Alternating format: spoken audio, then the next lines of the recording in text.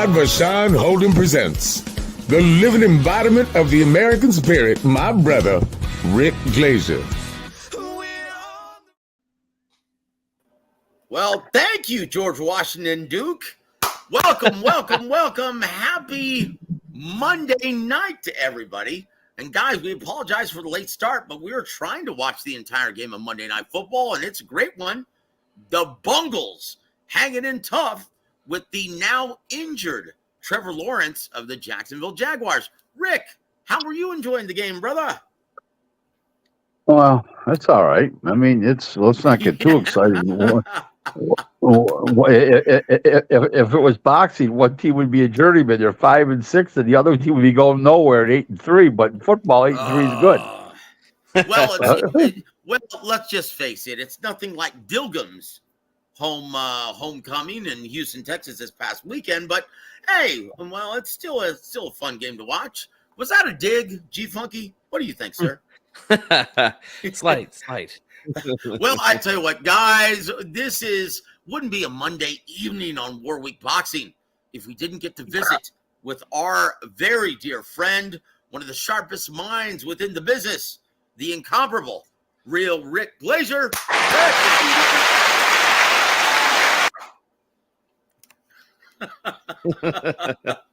So after the what's his name? Dulgum? Oh, Darius Fulgham? Yeah, Darius Fulgham. Yeah, I think he's speechless now. Well, he's a good fighter, but he's got to step up. I mean, come on. He's just got to step up. He's a very good fighter. I mean, they're pampering him for some reason or another. I just don't see it. The guy was an excellent amateur. He's got talent. He's fast. He's powerful, and they keep putting him in with dummies and hobos. Well, it's obvious that he's not a massive ticket seller in Houston, or else that place would have been humming. Well, you got to remember to hold it. Oh, here it comes. I believe it's the first time he's fought in Houston. Number one. Number two is he's only an 8-round fighter. If the guy gets, he's fourth on the card underneath, and he will be a ticket seller. I mean, he's got an exciting style. He's a nice looking kid. He's really a nice person. He's got a really warm personality, a lot of charisma, and I think he will be a ticket seller. That's my opinion of him. You know what? He is a good-looking fighter in and out of the ring. He seems to have a good personality. He fights in a fan-friendly style. Maybe you should send him down to the Alamo City. Give him to us. We'll turn him into a ticket seller in South Texas in a good year's time. How do you like that? Yeah, no, they're going to work with the kid, and they want to do shows in Texas around the kid eventually, and that's what will happen. But right now, a guy like that, it's a shame, but a guy like that gets lost in the shuffle when you got a big name like Ryan Garcia on the show. Everything is about Ryan Garcia, and that's just the way it works. Yeah, and I tell you what, there was a lot of nonsense and noise during fight week. And Rick, maybe you can give us a skinny. I'll tell you what I heard, right? But maybe you can give us a skinny as to why all the nonsense and noise during the final press conference. Go ahead, Rick.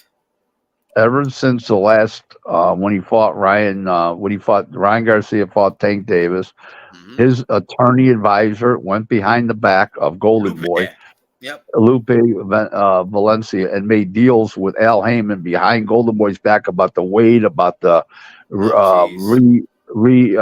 hydration clauses and the weight and all kinds of deals that they didn't know anything about till after the fight was made, and he just did, and he violated. That's against the promotional agreement of what's his name with Ryan Garcia, and you can't do that. You have to go to your promoter. Your promoter goes to the other promoter.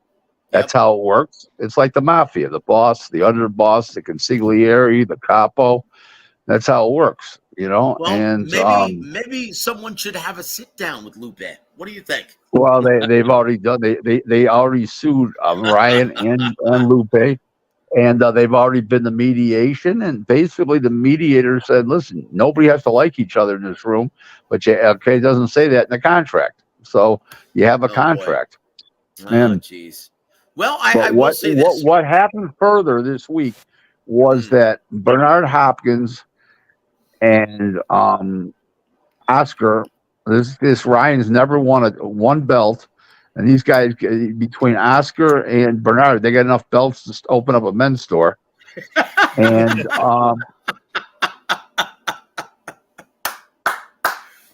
hello, yeah, I'm sorry. As you were, my friend. they have enough belts to open up a men's store. You want to laugh again or what?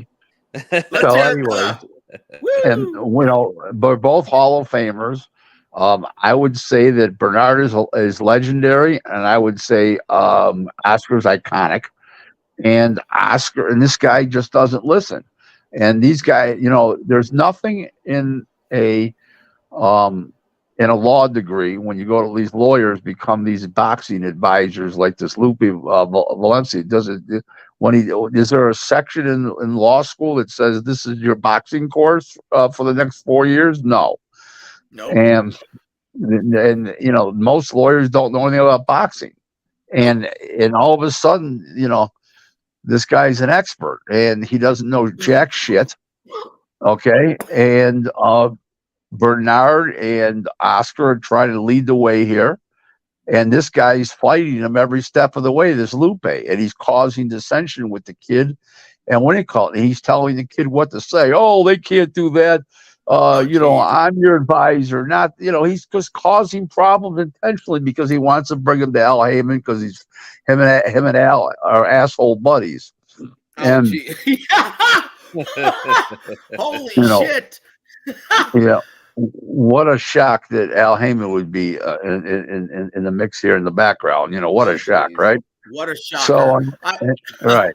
In the meantime, is one of the reasons why Showtime is down with the boxing they're done with the boxing is because they realized when Tank Davis did 61,000 homes in January against the other guy there, Hector Luis Garcia, right? And now they did 1.2 million with Ryan. They realized that they didn't have the attraction. The attraction is Ryan Garcia, not Tank Davis, the executive at CBS, which became Espinosa's boss. His name is the CBS Sports president. His name is David Berson. That's Berson. And they realized that they didn't have the horse. It was really the other side. They didn't have him. He's with Oscar, and that deal went up in flames. The whole deal. And let me ask you this, Rick. Let me ask you this: do you think he still has the same kind of drawing power? Because from what I was told, maybe you were told the same thing. Bernard Hopkins, the reason for his commentary in stating, "Well, we'll determine where we go after this fight in terms of Ryan's career, whether or not he fights again, that sort of thing." He was just trying to stoke ticket sales because this is December. No. That's what I was told. It was very sincere. Bernard was very sincere, and he didn't mean if he's going to fight again, who he's going to fight again. It was and when is the question, because they still have a lawsuit going. Now they put the fight on because it was the right thing to do, but and Golden Boy put the fight on and had him fight. He could just have him sit on the bench if they wanted to, the way things are going with this lawsuit. But they did the right thing as a company. Now, if they want to continue to play hardball, they'll just freeze a motherfucker right out. Yeah. And you know what? I have a great relationship with the president of Golden Boy, Eric Gomez. I have a great relationship with Oscar De La Hoya himself, and I have a very solid relationship with Bernard. And I have voiced my opinion to Eric and Oscar about it, and I advise his next fight should be him and Bernard Hopkins should make a comeback. And he should fight Bernard. You know what, man? It would sell, that's for sure. I tell you what, that'd be from where I'm sitting. That'd be even money, brother. But I tell you what, guys, guys, on tonight's show with the real Rick Glaser, Real Talk with Rick Glaser, we're gonna introduce a new segment, and it's rapid fire Q&A with our brother G Funky. How do you like that? That's officially you didn't say it was officially replacing Truth Truth or Fiction. That's going to replace that. But no, it's not going to replace it. Stop it's not. I thought it was. That's a War Week staple, brother. I don't know what you're talking about. Oh my God! I'm sorry. So I was misinformed. Oh, jeez. By whom? Coach Malachi or something? Chingao. Anyway, well, I will say this. We're going to introduce Gene Funky's segment, and then we're going to go into everyone's favorite, which is the Rick Glaser Twitter watch at the tail end of the show. But right now, guys, it is time. Floyd, please, the honors. Hey, we ain't ducking and dodging nobody. It's time for Fact or Fiction. Still say that sounds like Lou Duva. Oh, shit. hey, use that jab, baby. Use that jab. No, it does not. Come on now. Lou Duva. I love that. G Funky, please, the honors. All right. Number one. Ryan Garcia could learn something from Floyd Schofield Jr. in how to address the media. Fact or fiction? 1,000% fact. Yeah. I'll tell you what, that kid, no matter what you think about his handlers or his dad or whatever, that kid is all class. No, I like his manager, Mike Miller's a great guy. Mike Miller's one of the best guys you'll meet in this business. Right. I like Ronnie Shields. Mm-hmm. Okay. The kid's great, but the father has, some weird idiosyncrasies and quirks about him that make me say to myself, Jesus Christ, I'm just glad that's not my father. Oh, Chingao. Oh, tell us how you really feel, Rick. No. Let's move forward real quick, dude. Let's. we have one here. Check it out. W.A.W, welcome to the show, sir. He says, "Do you think Rick, Kid Austin's dad, loves the cameras a little too much?" Well, they all do. Angel Garcia's the same way. Bill Haney's the same way. They're all living life vicariously through their kids because their kids are more successful than they are. Well, unlike Kid Austin's father and unlike Bill Haney, Angel Garcia is actually fun to listen to. He's entertaining. Why can't Floyd Schofield Sr. be a little more like Angel and just talk that shit, man? Who knows? Yeah. Who knows? Anyway, thank you for joining us, W.A.W. But I tell you what, it was a stark contrast. And you can tell Floyd Schofield is genuinely appreciative of the effort put forth by Eric Gomez, Oscar De La Hoya, as well as Bernard Hopkins in furthering his career and giving him these opportunities. Rick, your thoughts on the entire ordeal? Well, he fought 4 times this year. If he wouldn't have been cut, he got cut with Schofield, and he's been out since I guess June. Yep. And if it wasn't for that cut, he would have fought 5 times this year. So they're keeping him really, really, really busy. He's going to fight quickly into the first of the year. So he's right there. He's on the cusp of, probably in the top 5 in the WBA by now, I would think. And I'm not looking, but he's got to be probably top 10 in all 4 organizations after this win. And it wasn't that beating the guy that was the big deal. It wasn't even knocking the guy out was the big deal. It was the big deal that happened in the first round, which nobody thought was going to happen. Yep. And the referee, there was no 3 knockdown rule in effect. Probably the only state in the country that has that. And that motherfucker hit the deck 4 times in the first round in about a minute. And I think. I'm going to be honest with you. I think between the counts and being on the deck and the counts, I think that lasted more than the rest of the fight did. It did. Well, hey, welcome to Texas, brother. I'm sorry. Go ahead, G Funky. I say he knocked him down like with 1 minute into the fight, and he spent the rest of the time on the canvas. kept Hey. getting up and kept going down and kept getting up. I thought the guy was a hooker. He's on his back so much. Oh, woo! Merry Christmas, Uh, everybody. But I will say this though. Yeah, that was actually quite surprising because correct me if I'm wrong, they got this opponent to try and they genuinely thought Eric Gomez and everyone involved genuinely thought that he was going to give Floyd some rounds, correct? Yeah, that's what everybody said. 4, 5, 6 rounds, and they figured the guy's known to be durable, known to be this, known to be that, and if Schofield got him up.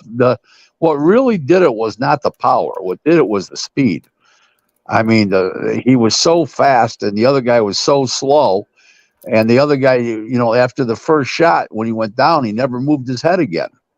It's Yeah. like he was frozen in time. The guy, the other guy, and he was just got him out of there quickly. The kid's a good kid. The kid listens, and the kid's learning on the go. He's only 21 years old, and he had a good amateur career in this country, but he wasn't an international amateur.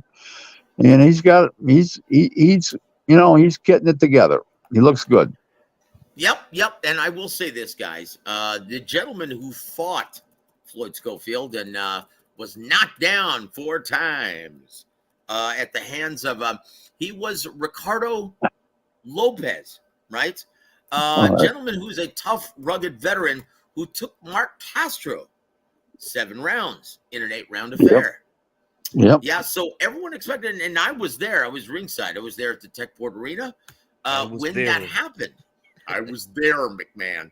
No. Seriously, though. So, Rick, let me ask you something. If this gentleman can actually make weight and if he can keep from showing his papaya to little girls, do you think JoJo Diaz?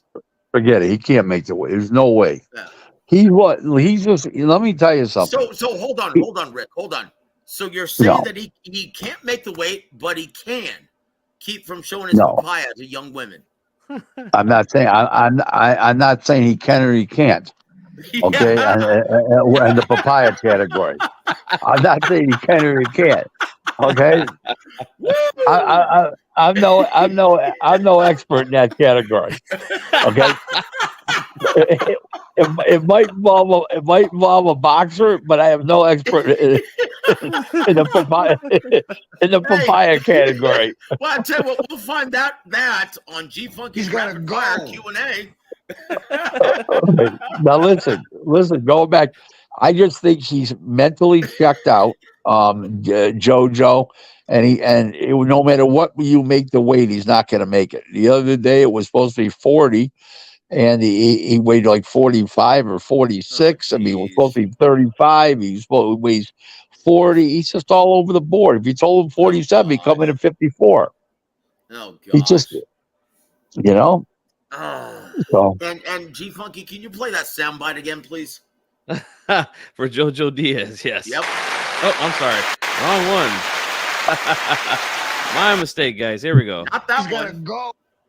And there it is. I'll tell you what, guys, moving forward. But I will say this, though. Floyd Schofield, yes, we want to see him against a live body. And once again, he just did what he had to do. Well, let me say something. I listen, he did fight a live body tonight. He just killed it right away. I mean, he knows what he's doing in there. He's very, very, he's very precise with his punches. He's very fast. He don't miss a lot. And, he fought a left-hander early in the year, and he missed a few punches, but he's gotten that together. And I think, fighting a lefty who's jumping around was tough for him. But he's getting more polished every fight. He's brushing up on everything. He looks good. And, Ronnie what Shields can I say? is very high on the kid. Yeah, Ronnie Shields is very high on the kid. So, that's he's in good company. I tell you what, let's go to number 2. G Funky. All right. Number 2, Ryan Garcia is too one-dimensional to defeat any of the elite at 40 or 47. Fact or fiction? I would say I would say not. I would say I don't agree. I think it's fiction. It's the present guys that are champs. I don't think he beats those guys presently. But if those guys move up, because he just got the 30, he just got the 40. So if those guys move up, he could beat. Maybe he could beat the next wave, but he's not beating the guys that are presently champion. No. No, so you don't see him facing Subriel Matias anytime soon. No. I don't see him beating. No. Now, could he beat Rolly? Could he beat Rolly? Right, he could beat Rolly, Yeah. but he's not beating. He's not beating them other guys. No way, no hell. Boy. Not now. Don't listen. He could be with Derek James, and Derek could surprise me to actually teach a fight or something. And what's wrong? It sounds like you're having an orgasm. Oh, stop it. Hey, put your papaya away, brother. No, we're not talking about that anymore. But I will say this, that leads us into, fact or fiction number 3. Here we go.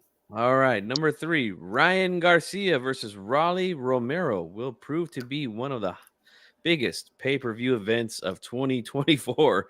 Fact or fiction? Yeah, I mean, yes. If they do fight, yes, 100%. It would do huge numbers because they both talk shit.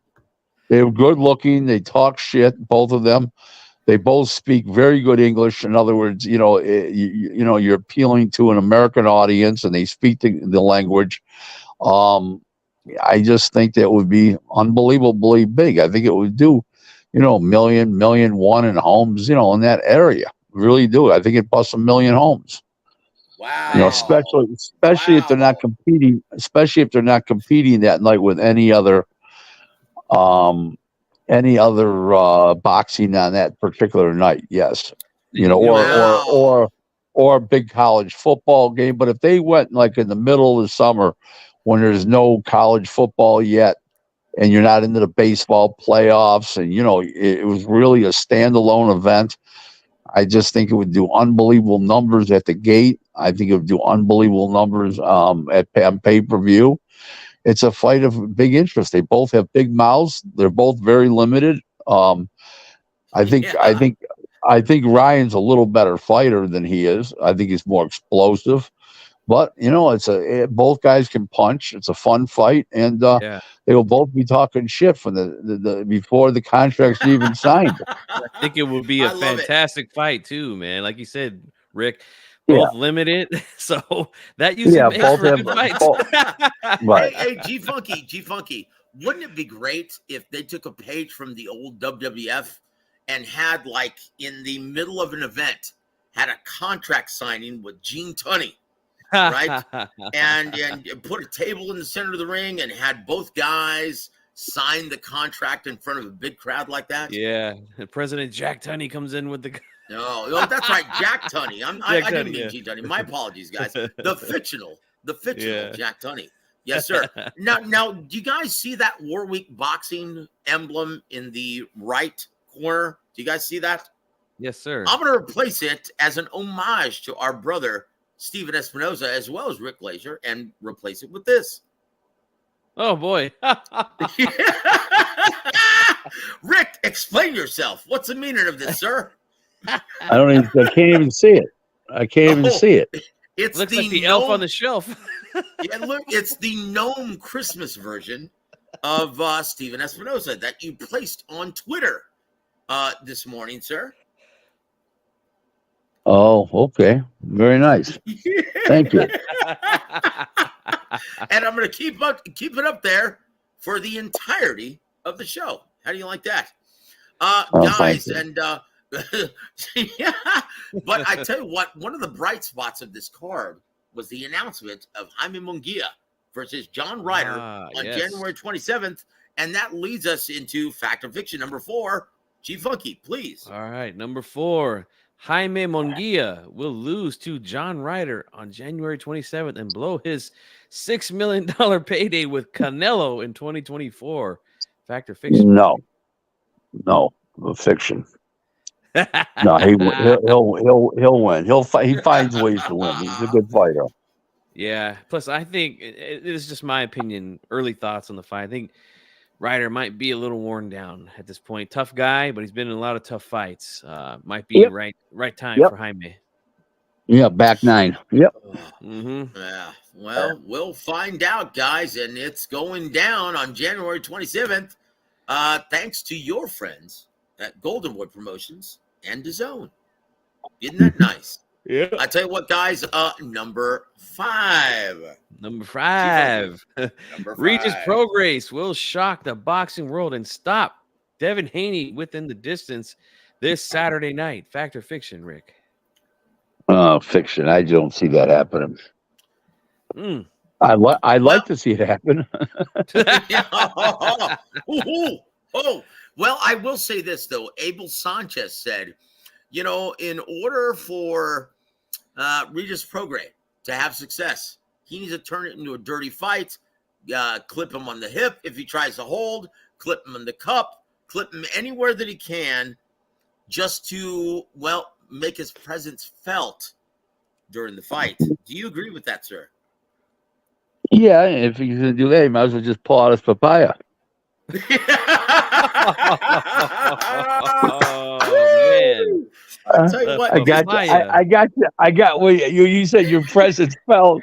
You got to make your presence felt. That's why. Oh, stop it! Stop it! I took Guys, that opportunity. Look, I don't want to get an advertising ban or a strike here, guys. Come on now. But I tell you what though, guys. Rick, in all seriousness, what does Regis Prograis have to do to win this fight? Pick up that massive paycheck. That's winning itself. No, Chingao. Yes. The business mind of Rick Glaser. What do I think? He's got to make it. He's Abel's right. He's got to make it a rough fight, and he's got to punch in between Haney's punches. Yes. And he's left-handed, and he can do it. So he's got to punch in between his punches. Punch with Look, him. Rick, Yes. maybe you can shed some light on this, because I was told something, and from several of his fighters that Abel Sanchez had last year. And he just went on this tirade and said, "Everyone out, get the hell out. You know what? I don't need this shit. I'm not in this business anymore. You guys get the hell out. I'm closing down the gym." What do you have any idea what happened there at the Summit gym? I don't. I only heard it did happen. I didn't hear why.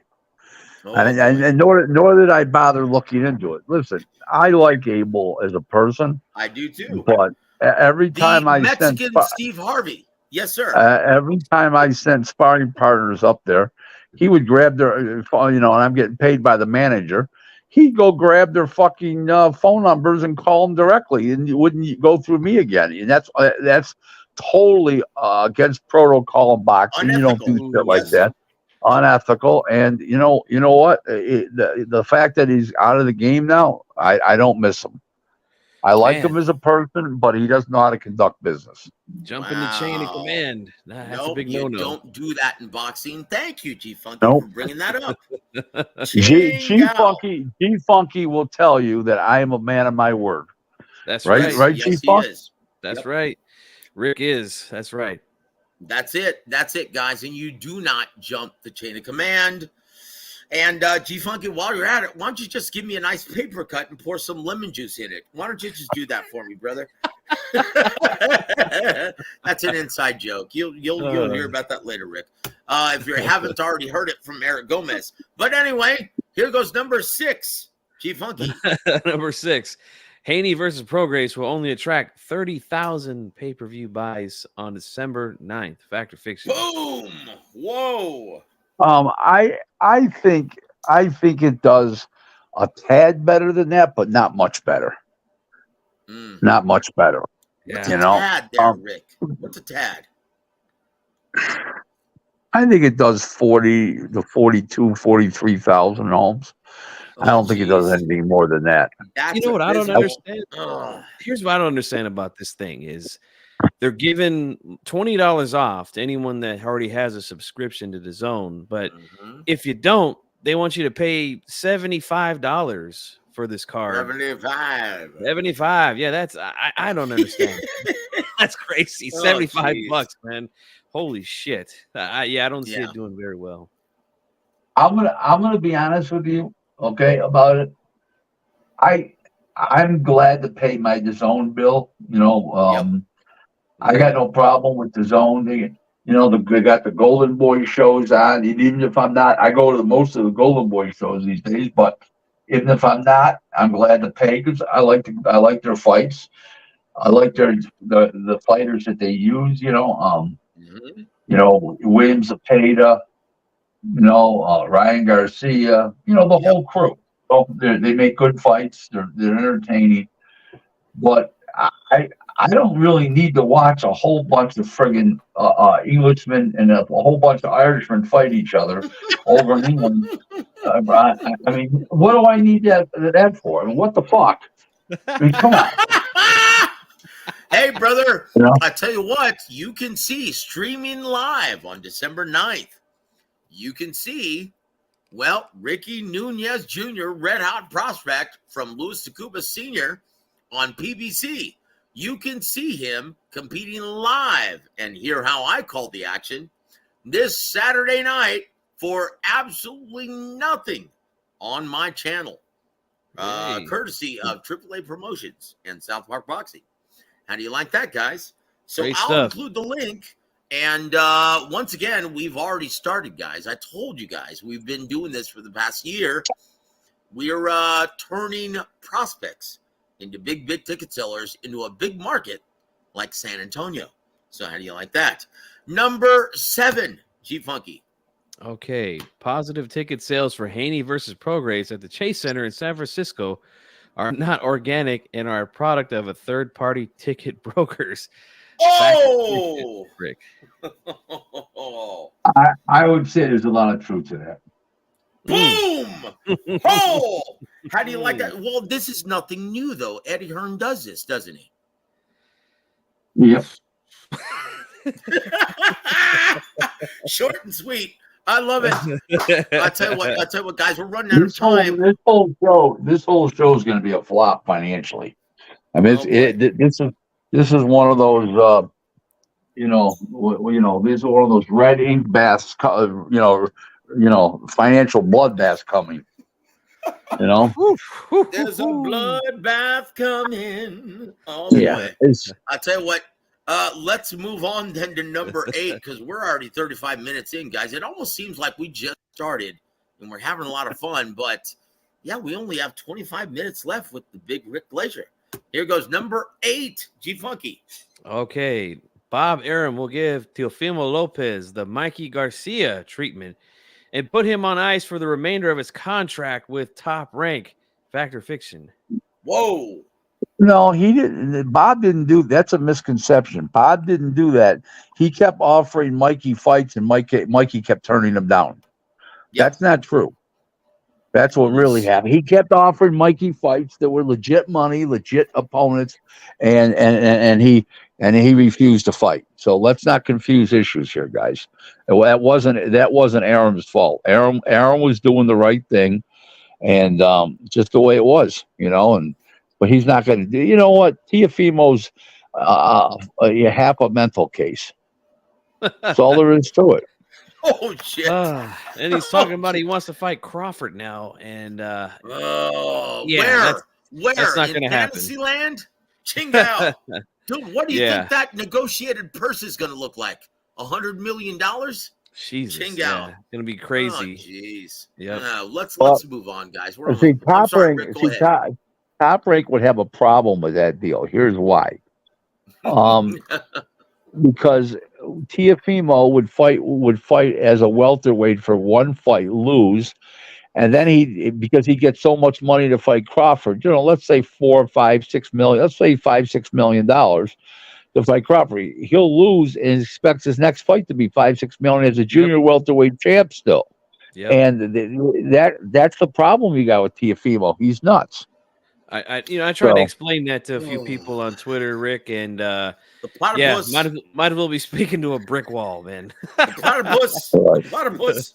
So here we go. Number 9, G Funky. Number 9, Gerald Big Fat Ass Baby Miller is correct when he states Anthony Joshua made a mistake in picking Otto Wallin. Fact or fiction? I agree. He may win, but he still made a mistake. He's not going to look good even if he wins, will he? No, I don't think Correct. so. Here's what I don't understand.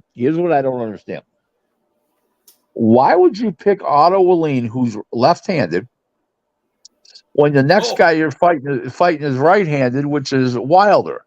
Why would you go fight a left-hander? What's the purpose of that? Yep. Is he Makes preparing no for? sense. If he's preparing for Philip Ergovich, that still doesn't make any sense. No, it doesn't matter who he's fighting. He's not fighting a left-hander, period.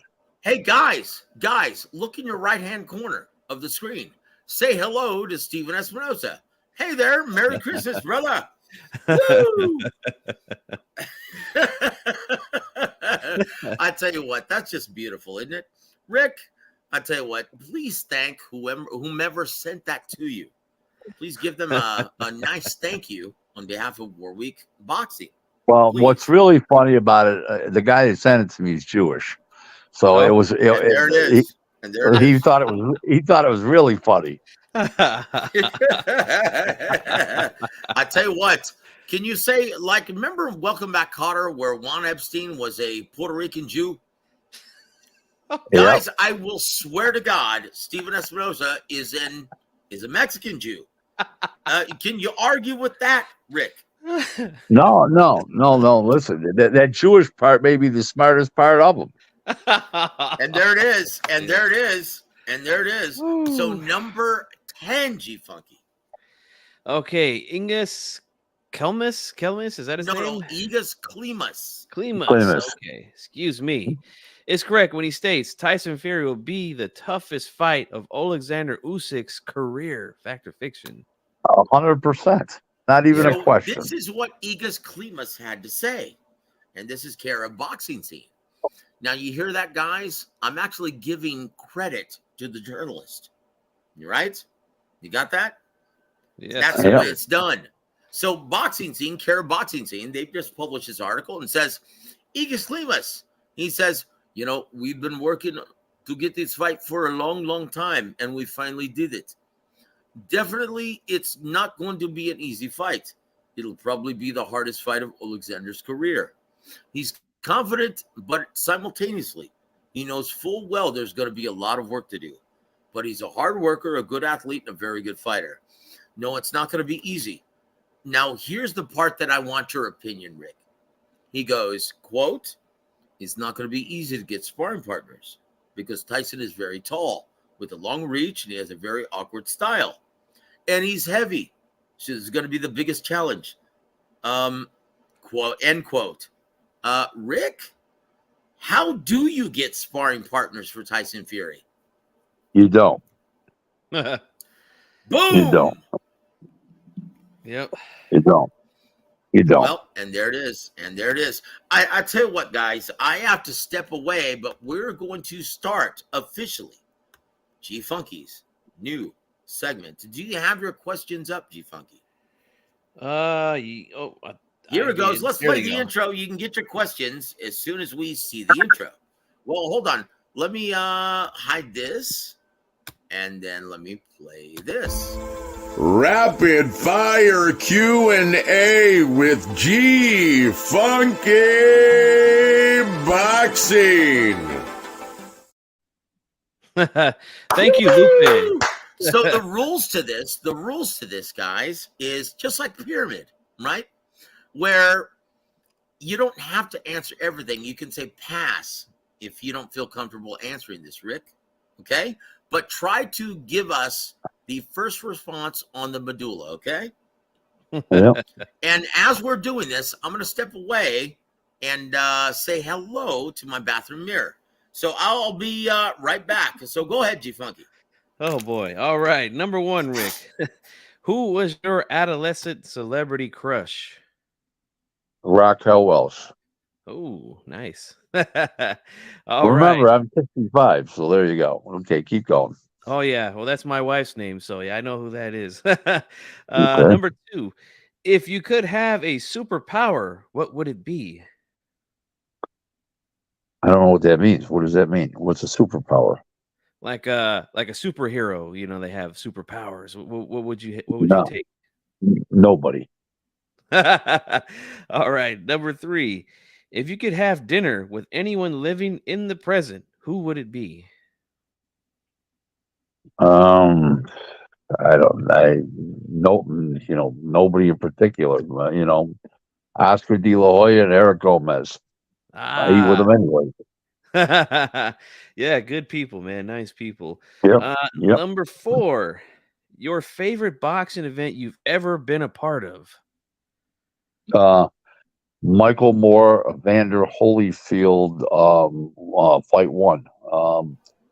That was in April of what year? 1994.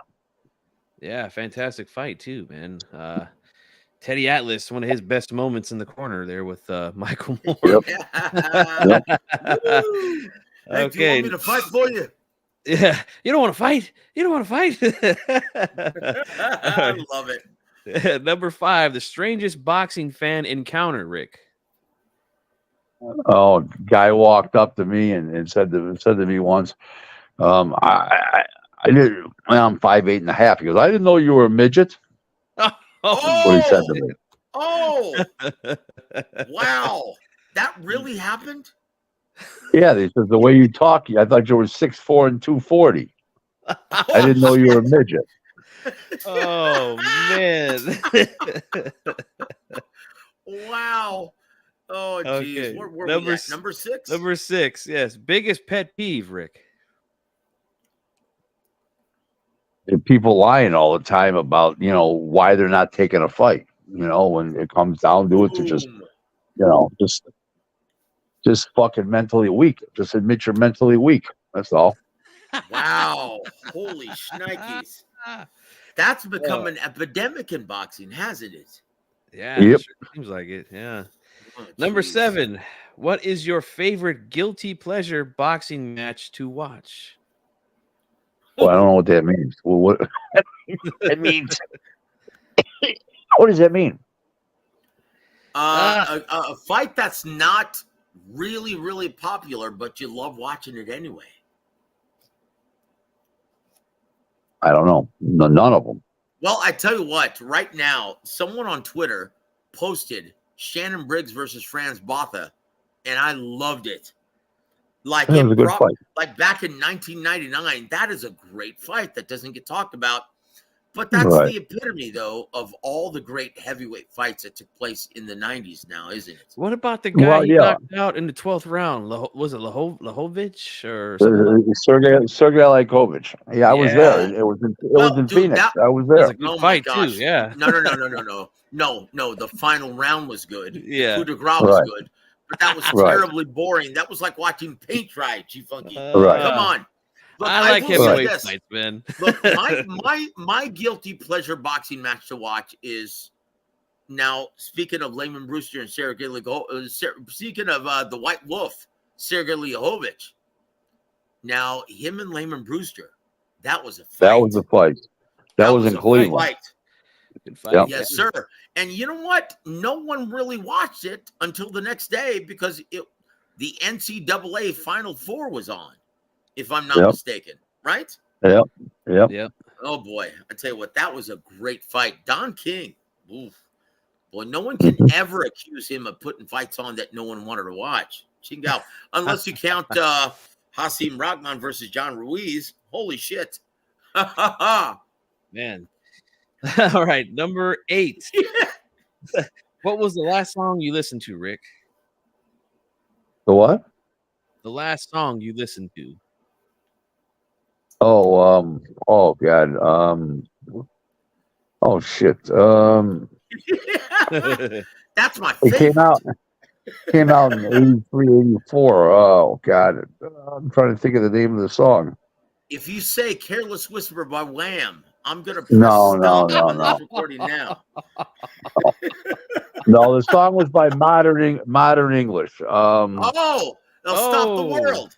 I'll stop the Yeah, world and melt with world. you. that's Yeah. Yeah. right. That's it. That was the I'll last song I stop listened the to. world and melt with Yeah, you. I Big yeah, love hit. that, man. yeah, That's on the Valley Girl soundtrack, brother. Big hit, yep, man. I yeah. will say this. I will say this. Going back to your adolescent celebrity crush, that was my adolescent celebrity crush. Was the girl on Well, Valley Girl. really, Wow. I'll tell you a funny story about the Raquel Welch thing. So I got this poster, a full length poster of her, his actual Mhm. size.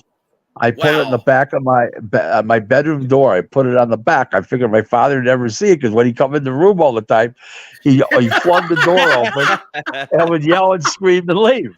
Well, the one time he wants to talk to me, he don't want my mother to hear, so he closes the door. He turns Oh, around to leave after the lecture, and he's Oh looking at no. this life-size picture of Raquel Welch. He says, he says, where, he says to me, what is that? I says, what are you blind? Well, I tell you what, I'll give you two big reasons why Rick Glaser had an adolescent crush on Raquel Welch. Two big reasons. And there it is. And there it oh is. And boy. there it is. And Mine was G Funky, mine was number.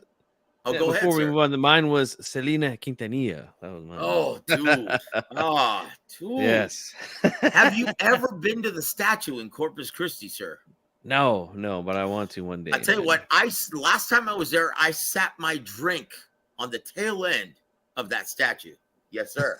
I like that. Boom. Okay, number 9, Rick. Most embarrassing moment as an adult. Oh, Pass. this is too. This is no. This is too funny. I was with this. I was with this girl, young woman, and I was young at the time. I was like, I don't know how I was, 25 years old. Maybe she was 20. And I thought I was rubbing her nipple. And he said, "Oh, your nipple's so hard." She goes, "That's my elbow, asshole." Oh, oh, oh. You know what? Rick? You need to go back to school and take anatomy, brother. Ching, gal. Yeah, That's yeah, terrible. it was a little dark. Uh, well, sounds like you were dating Mother Teresa at the time, skin and bones. Come Oh, on now. man. Ching, Oh. gal. That's All right. terrible. Well, I Last. tell you what, thank you for listing your most embarrassing moment as an adult on War Week Boxing. Exclusive. Thank you. Nice. Woo! And Last one, here's G the last Funky. one, Rick. Number 10, your most cherished memory in the boxing business. When Paul Spadafore won the world title, because I had put all his fights, picked all his opponents and stuff, and he won the world title, and that was it. Because I got him when he was 1-0, did his second fight and he won the world title. So that was my proudest moment. That was August of 9. 24 years ago. What can I tell you? Gesundheit. And you know what? Congratulations, Rick. And that's a great moment, brother. That's a great moment. So, guys, because I worked so hard on this intro, I'm going to play it again. Here he goes. Rapid fire Q&A with G Funky Boxing. Thank you, Lupe. Thank you, Lupe. That was great. I tell you what, G Funky, thank you for that. That was awesome. We know now a lot more about the real Rick Glaser. How do you like that, guys? Now it's time for our final segment of the evening. Maybe, just maybe, it's time for Rick Glaser's Twitter watch. Bang!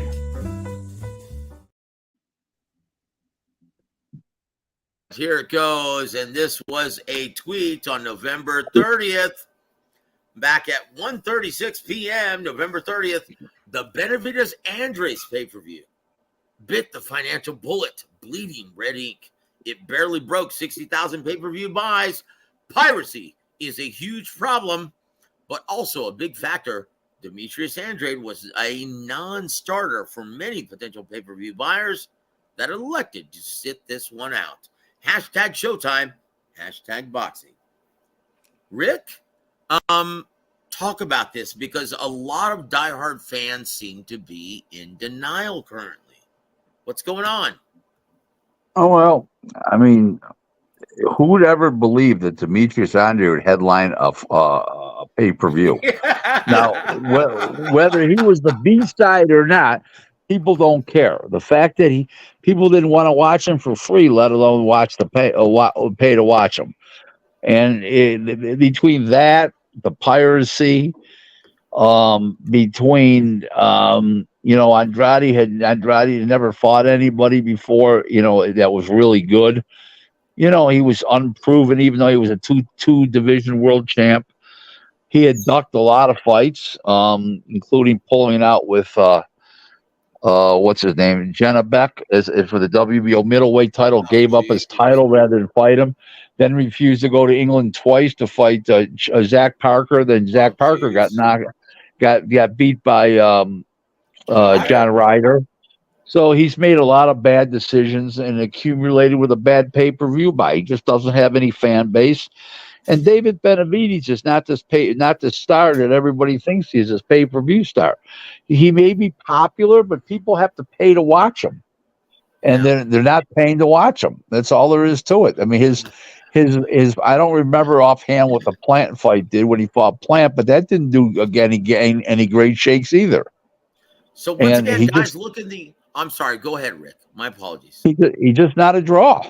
That's all there is to it. And the piracy surely don't help. So let's ask Steven what he thinks. Look at the upper right-hand corner. Steven, what do you think? Do you think piracy is really a huge problem within the business of boxing? Now, Rick, obviously we both know that that's a huge problem moving forward. Now, this is a demographic that promoters and networks could always rely on. They can't do that anymore, though, can they? No. So what's the solution, Rick? Well, the solution is the reason why these fights with KSI are doing so well and Jake Paul and Ryan Garcia is because they're attracting the general public. They're not attracting just boxing fans. Boxing fans know how to steal the pay-per-view. The general public is not hip to that yet. So that's why those fights do good numbers on pay-per-view, because those people are not hip to stealing it. So what I want to know is, though, Rick, why are fans so defensive and in denial? Why don't they just own this shit? Well, I put a tweet out today. I don't know if this is one of your things, but asking if they're going to buy the Haney. Hey, that's coming program. Up. That's coming up, Rick. That's coming up. Okay. I gave you three choices. Are you buying it? Are you sitting this one out, or you're going to steal it? And people admitting they're going to steal it. Yep, and there it is, guys, on 7:57 a.m., December 4th, this morning. Rick Glaser asks everyone, quote, is it Prograis Haney? It is Prograis Haney Fight Week or Haney Prograis Fight Week. It's on DAZN pay-per-view for $60, including the subscription price. Please tell us if you're going to buy the pay-per-view, sit this one out, or steal the stream. And overwhelmingly, Rick, what was it? People said they were stealing the stream. Oh boy, no surprise there. Yet though, G Funky, piracy. Oh, it's absurd, right? Right. Yeah. You can survive with piracy. No, kiss my ass. No, that's another thing. I'm going to create another show tomorrow with my bone to pick with that pendejo. What's his name? Michael Pendejo. What's his name? Montero? Is that it? Yeah. Okay. So that's another thing. But look, it's undeniable at this point, Rick. What do we do though? What's the solution? I don't have one, to be honest with you. It's just I'm not an electronic guy, but they need to do something. Jesus, it's terrible. I mean, it's just terrible. They're stealing from the fighters. The fighters get $8 a pay-per-view. The A side, the B side gets normally $4 to $5, and they're stealing from the fighters' mouths. I mean, I just don't understand their mentality. That's creepy. Yeah, I've never yeah, and stolen I've never stolen a pay-per-view in my life. I pay for every one that I do watch. yep, So and it's just the way it is. Now, sometimes do I go over to people's house? I get invited to parties and oh, Yeah. come on over, I'm gonna buy it, and invite me over. I'll bring the pizza. Yeah, but I'm not stealing it. yep. I mean, it's terrible. And it's just absolutely deplorable. They're taken from the fighters. That's it. That's it, guys. And look, the house is on fire. Instead of making s'mores, get a hose. Let's try to put this shit out. Okay? Guys, 7:04 p.m. on November 30th. Rick Glaser. He says this. Hashtag Ryan Garcia showed a lot more fight in today's presser opposite Oscar De La Hoya and Bernard Hopkins than he did against Tank Davis. Hashtag DAZN. Oh boy. Rick? Do you think that had a lot to do with?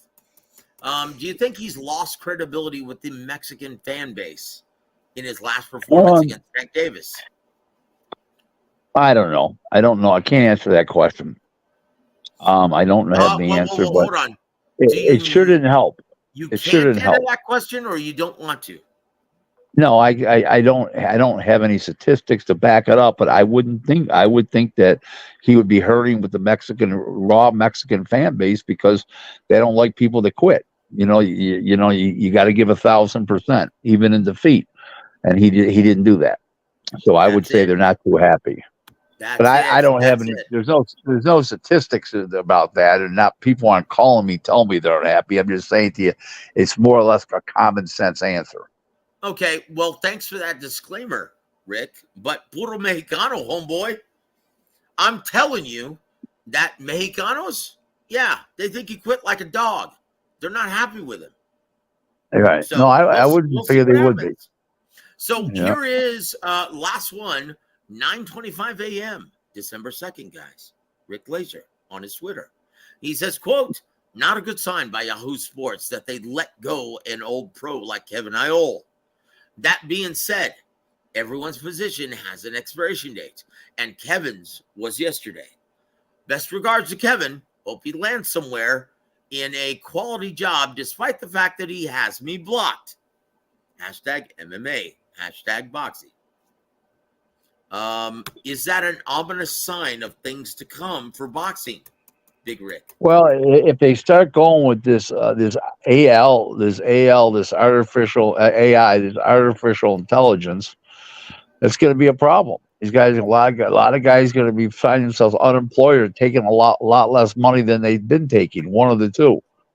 And I think this is a start. I think but there was no other layoffs that day at Yahoo. It was strictly Kevin Iole. So that's That's not what a I'm good sign in saying. itself.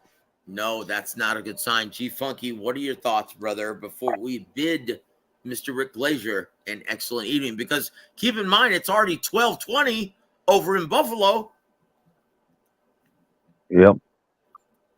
And I got a conference call at 12:30, so Oh boy, it overseas. looks like So G Funky has sat this one out. But Rick, your parting shots for our listening audience, sir. well, I want to be out next week, and we got a long way before Christmas yet, because a couple more weeks. So next Monday night, be doing the show from L.A. I'll be out in L.A. doing Woo! some boxing business out there. I leave Monday morning, so Monday night I'll be in L.A. So I'll be doing it from maybe the lounge area in the restaurant, or maybe from my hotel room. But we'll be on from L.A. live next week. Nice. Next week I go to the Golden Boy show next Thursday, December 14th in Indio, California, Fantasy Springs Casino on DAZN. And I come back on, if I get my business finished up, that I think I'm going to, I'll come back on Saturday, the 16th, at the Buffalo. If I don't get my business finished up, I'll be coming back on the following Tuesday. And there it So is. And that's there my it is. schedule. G Funky, do you have any last questions for our dear friend Rick Glaser? No, just hey, safe travels and enjoy your trip, man. I know that the prospect shows, I enjoy watching them as well, so I'll be I'll be tuned in from So, home. so that's another thing. That's another thing, Rick. Please define this, because some lesser channels on YouTube, they like to say that, well, the divisions aren't. We already knew what we had with Friday Night Fights. We knew what we had with Boxing After Dark. We knew what we had with HBO Championship Boxing. The lines aren't clearly, the divisions aren't clearly defined, but that's exactly what Thursday nights are for Golden Boy, aren't they? They're prospects. Thursday night is a young prospect. Here's what they are. They're local ticket sellers. One of the two things. They're local ticket sellers or young prospects. Now, some of the local ticket sellers could be young prospects, but they're local ticket sellers that they're from the Indio area and Palm Springs and all that, right there in the Coachella Valley. Or they're prospects that they bring in from Puerto Rico, and they bring in from Texas and wherever. So it's one of the twos on the show, and the financial combination of the God two of them bless you, brother. make it an artistically pleasing show and a financially successful show. And there it is, So guys. That's why Golden Boy is very clear in calling them Developmental Thursdays. Okay? For the obtuse. Yes, that's it. Rick, Well, thank you for being a huge part of the show, sir. To give you an idea, Schofield started out on those shows when he first started with Golden Boy, and now he's a co-featuring on the Zone on the big shows on Saturday night. So it's a stepping stone. It's a springboard. That's it. It's an opportunity to shine. There Yep. it is, guys. That's it. Now, once again, that's one of the things we love about, and once again, that's what we should have with every promotional entity as well as every platform. Thank you, Rick, for being once again, being a part of our Monday evening, sir. Thank you. And Rick, God bless you, brother, and we hope you're doing well. Yep. Please say hello to your lovely wife for us, and we will speak to you next Monday, sir. Next week. Yep. Thank you. Bye-bye. God bless you, brother. All right, Rick. Have a good one. Bye-bye now. Bye-bye. Bye, guys. I tell you what, Rick is always a gentleman, man. And you know what? G Funky, your segment was awesome, dude. Hopefully everyone got they know a little more about Rick Glaser than they did before. Yeah, that's fun. But I tell you what, you've got to get going now too, don't you? Yes, sir. Yes, sir. So thank you all. Thank you guys all for being here. This was a fun show. I had a lot of good fun here. And don't forget to hit the like button, guys, for the channel. All right. It's free. You guys like things for free? Well, the like button's free. All right. So do your thing with the free stuff. All right. And, I tell you what, let me just intervene right now. And let me just wish Miss G Funky Boxing a very happy birthday. From Warwick Boxing, your friends at Warwick Boxing, very happy birthday indeed. God bless you both, G Funky. And I hope you guys are happy and have a wonderful Christmas season. And you know what? God bless you both. And you know what? You're a credit to the show. You're a credit to the sport. Keep doing what you do, my friend. And you know what? Even the gnome, Steven Espinosa, thinks so. Yeah. That's fantastic. Thank you, Joe. I appreciate you, man. God bless you, brother. And I tell you what, G Funky, you keep doing what you do, man. And you know what? I love your new segment, and I can't wait to hear the next one next Monday night, my friend. Yes, sir. God bless you, my brother. You have a wonderful evening, brother. Thank you. Tell you what, guys, that was G Funky. It's awesome. We love him on the show. Let me take this opportunity now. No, Chingao.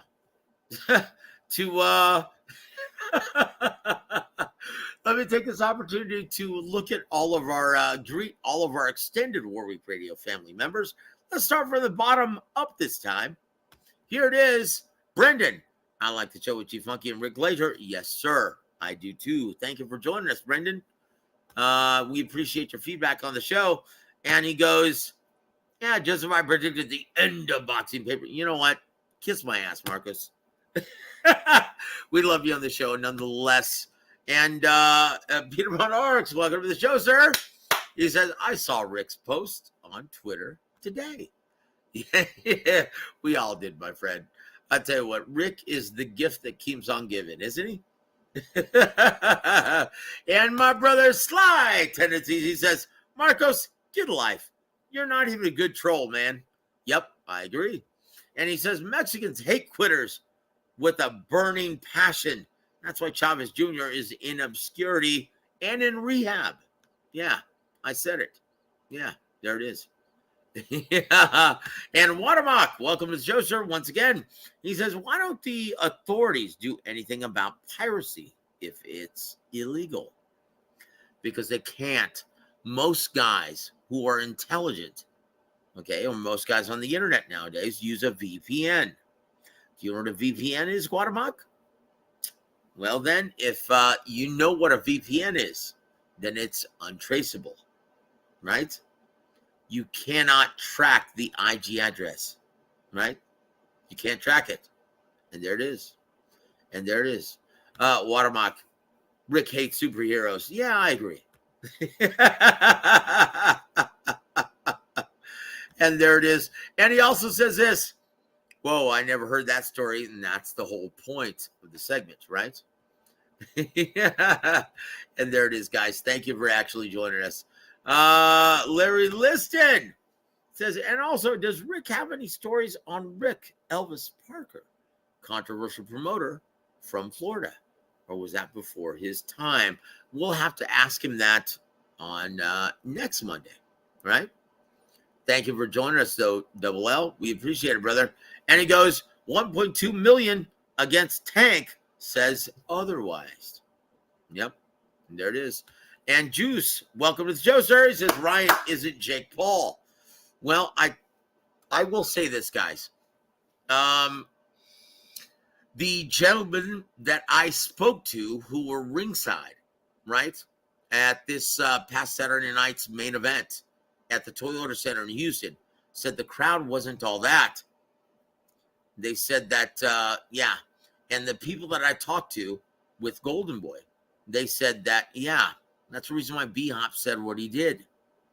He was trying to generate interest in this Saturday night's event because everyone, now I'm not just talking about Hispanic people, I'm talking about everyone has jumped off the Ryan Garcia bandwagon, guys. Oh, wait a minute. Hold on. Let me. Modern King Boxing. Welcome to the show, sir. I'll tell you what. I don't know what this is all about. Was it the daggers thrown at Jojo Diaz? I'm assuming that's what it had to do with, right? Anyway, guys, I tell you what, we're at the end of the program, but I tell you what, Rick, or Ring Talk 101, welcome to the show, sir. He said, Rick, what'd you think of Ryan Garcia's performance? And who is he likely to face next, in your opinion? Well, we all know that, guys. That's going to be Rolly Romero. Once again, we get two flawed fighters in the immortal words of Rick Glaser. Two flawed fighters customarily makes a great fight, right? Well, it's entertaining, nonetheless. Platinum Fights, welcome to the show, sir, and thank you for joining us, sir. He said, thanks for doing your show. Just tuned in. Yep. Thank you, brother. Alden Johnson, Mr. Steelers fan, I see you change your avatar. Thank you, my friend. He says, salute to Warwick and the chat. Rolly already ducking Ryan. He thinks he should be the A side. This guy knows he'll get KO'd by Ryan. Ryan just needs to fix his defense and listen to James, in my opinion. I tell you what, James Gogi is the truth, Alden. Thank you for pointing that out, brother. Thank you.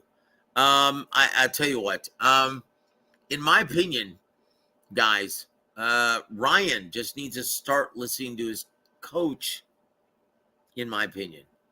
Look, guys, everyone is remarking. Everyone, and I don't just mean a couple guys. I just mean everyone is remarking about Ryan Garcia and his Puxatawny Phil shell defense, right? His headed for the exit door shell defense, his scared shitless shoulder roll, right? Like, that was pathetic, guys. Like, there were times when he would turn his back completely. Oh, that just showed he was, he's learned. No, guys, that just shows that he doesn't know what to do other than turn his damn back. Guys, correct me if I'm wrong. That's not a good look for any prize fighter. That's terrible. That is absolutely terrible, guys. And there it is. There it is.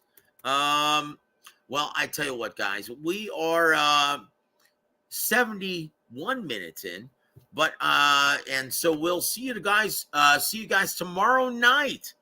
Guys, please tune in for Ronnie Shields tomorrow night, right? Tuesday night, that's our show, and he's going to talk about David Benavidez. And David Benavidez basically calling out Jermall Charlo, right? And we're going to get his response in what he thinks. Because, guys, if you didn't know, David Benavidez is currently saying that he wants to fight Jermall Charlo to eliminate as many candidates as he possibly can for the September fight for Canelo Alvarez. Well, we'll hear what Ronnie Shields thinks about that. But, guys, we want to thank you for joining us on this special late night edition of Rick Glaser after Monday Night Football. Guys, if in case you missed any part of it, please rewind, or it'll be available all week. God bless all of you guys. You're in the South Texas area. Please come and visit me on Friday for the official weigh-in at Dave & Buster's, right? Dave & Buster's, Friday, December 8th. I'll be right there. I'll be DJing as well as announcing the entire weigh-in. God bless all of you. And on behalf of G Funky, on behalf of Rick Glaser, I'm Joseph Herron. You've been listening to War Week Boxing. Have a great evening, everybody.